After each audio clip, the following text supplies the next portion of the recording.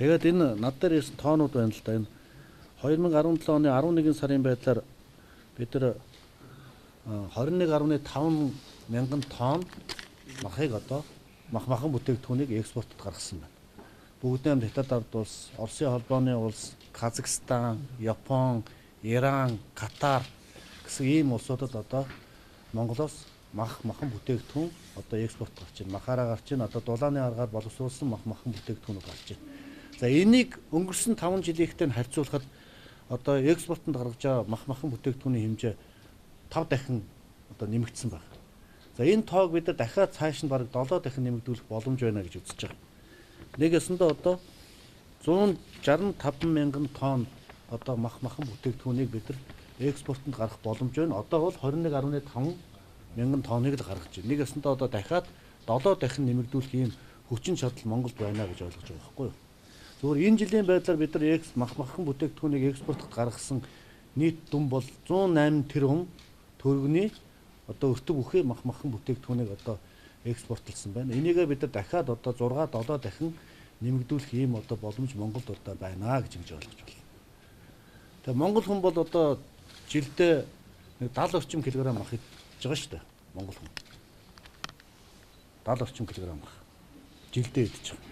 5 ам бүлтэй айл гэж ойлгвол жилдээ 350 кг мах идж байгааз 350. Нэгэсэндээ өдөрт нэг 200 орчим грамм махыг одоо монгол хүн идж байгаа. Махны хэрэглээ манай ард түмэнд бол маш өндөр байгаа юм. Тэгээ монголчууд бидний амьдрал бол одоо нэг хоёр юмдаа тогтдог гэж би ойлгож байгаа. Монголын ард түмний амьдрал. Энэ бол мах гурил хоёр. Тэгээ мах гурил хоёртой байсан цагт бол Монголын ард түмэн бол нэг өнгөсөөд байхгүй. Жишээ нь хятадууд, японочууд гэдэг энэ одоо Азийн орнуудын гол бүтээгдэхүүн юу гэдэг бол будаа байдаг шүү дээ. Будаа тэгээд одоо хүнсний ногоо, нарийн ногоо гэдэг. Монголын хэрэглээ онцлог, Монголын ард түмний үндсэн эддэг хол бол гурил, мах.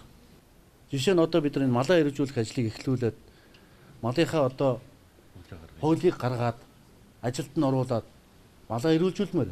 Энэ ажлыг одоо эхлүүлмээр. Улаанбаатарт байгаа энэ арьс шидэхэх бүх үйлдвэрүүдийг тийш нь гаргачмаар байна. Ажлын байр нэмэгдэнэ. 60000 хүний ажлын байр, 100000 хүний ажлын байр шинээр нэмэгдэнэ.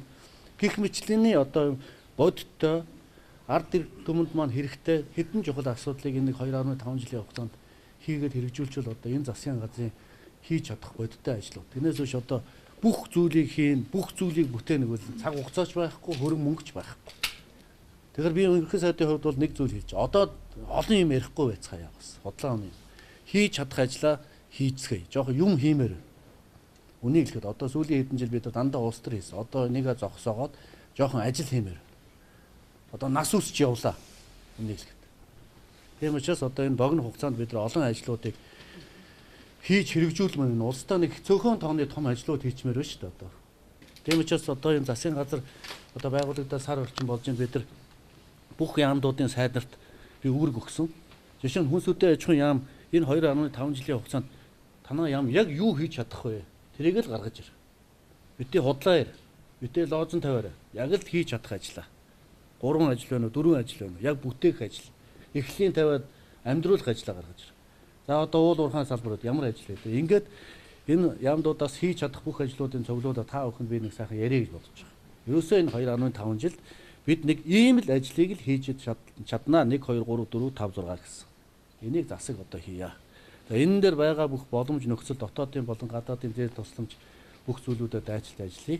Энэний дараа ийм үр дүн гарнаа хийж чадвал гэсэн ийм одоо төлөвлөлтөд гаргаад л тэгэл үннийхээ төлөө бүгдээрээ хамтарч ажиллая гэж бодож шүү дээ, тийм ээ. Энэний нэг том салбар нь бол өнөөдөр бидний ажиллаж байгаа юм махны экспортын чиглэлийн асуудал.